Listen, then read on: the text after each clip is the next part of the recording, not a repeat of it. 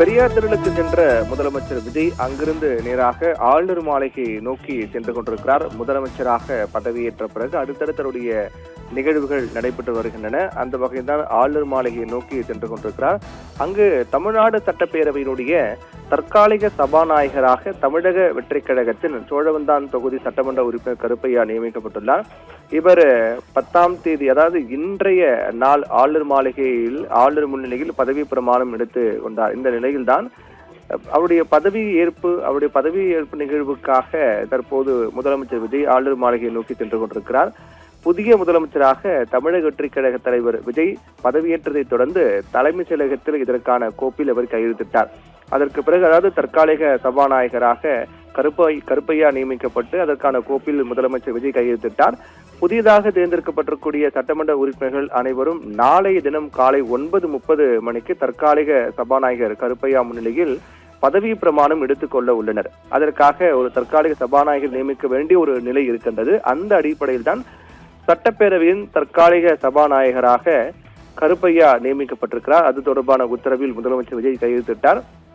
இந்நிலையில்தான் நாளைய உறுப்பினர்கள் பதவியேற்பு நிறைவடைந்த பிறகு சட்டமன்ற உறுப்பினர்கள் தற்காலிக சபாநாயகர் முன்னிலையில் பதவி பிரமாணம் எடுத்துக் கொள்வார்கள் சட்டமன்றத்தில்.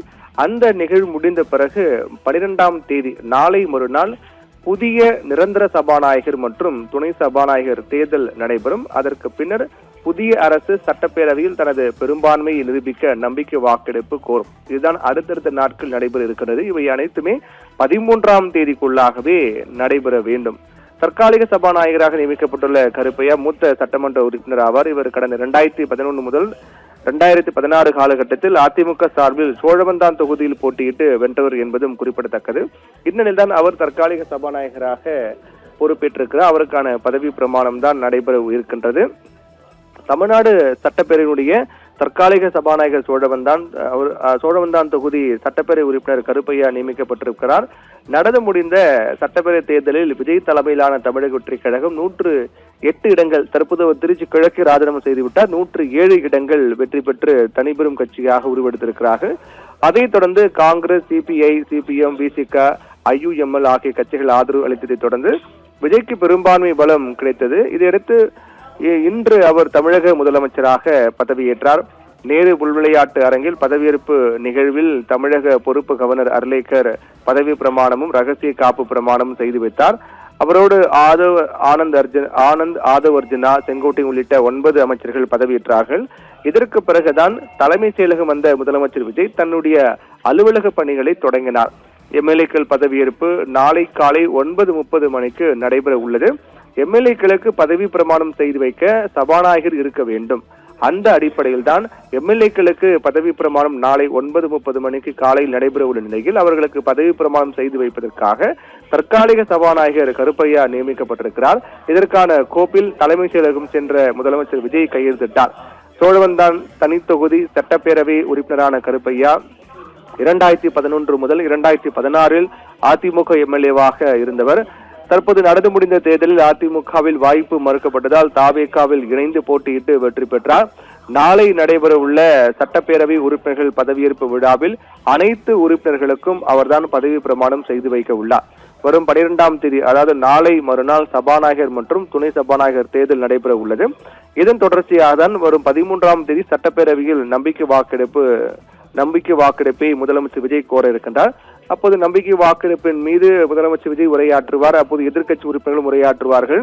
அதற்கு பிறகு வாக்கெடுப்பு நடைபெறும். எதிர்க்கட்சிகள் கோரிக்கை வைத்தால் டிவிஷன் முறையில் வாக்கெடுப்பு நடத்தப்பட வேண்டும், எண்ணிக்கணிக்கும் முறையில் நடைபெற வேண்டும் என்ற கோரிக்கை வைத்தால் அதற்கு அந்த அடிப்படையில் அவர் டிவிஷன் முறையில் இந்த கணக்கெடுப்பு என்பது நடத்தப்படும். அப்போது சட்டப்பேரவையுடைய கதவுகளாம் அடைக்கப்பட்டு வாக்கெடுப்பு நடைபெறும். சட்டப்பேரவை செயலாளர் வாக்கெடுப்பு நடத்துவார். ஒவ்வொரு டிவிஷன் முறைப்படியும் அங்கு எத்தனை எம்எல்ஏக்கள் தற்போதைய அரசுக்கு ஆதரவு எதிர்ப்பு என்று அவருக்கு கேள்வி வைப்பார்கள். அதற்கு ஆதரவு எதிர்ப்பு எண்ணிக்கையில் பதிவு செய்யப்படும். அதை சபாநாயகரிடம் சட்டப்பேரவை செயலாளர் சமர்ப்பிப்பார். அதில் தற்போதைய அரசுக்கு பெரும்பான்மை இருந்துவிட்டால் தொடர்ந்து ஆட்சி தொடர முடியும். அப்படி ஒருவேளை பெரும்பான்மை இல்லாவிட்டால் கவர்னருக்கு அந்த தரவுகள் அனுப்பி வைக்கப்பட்டு ஆட்சி கலைக்கப்படும்.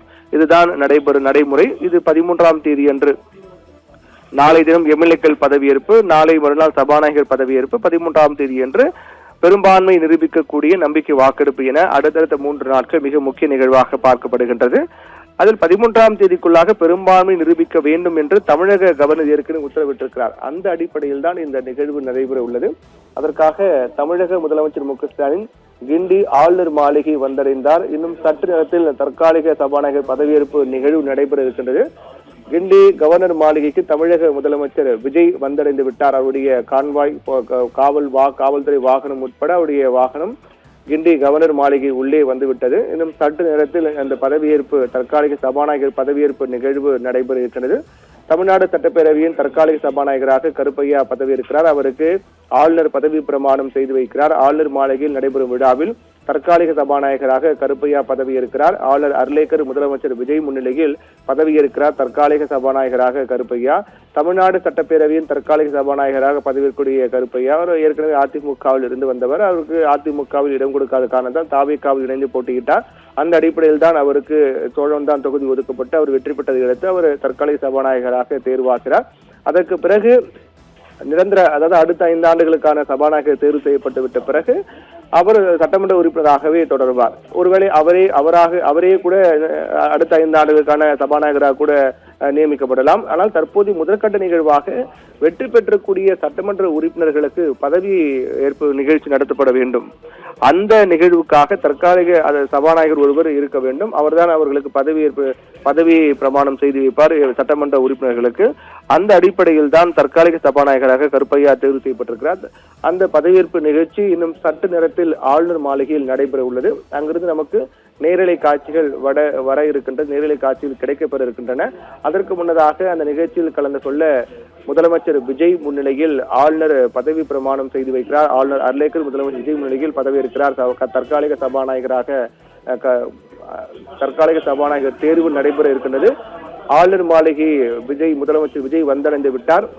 அவர் உள்ளே சென்று அந்த வாக்கெடுப்பு அல்ல, அந்த பதவியேற்பு நிகழ்வில் அவர் கலந்து கொள்ள இருக்கிறார். நேரலை நாம் தொடர்ந்து பார்க்க இருக்கின்றோம்.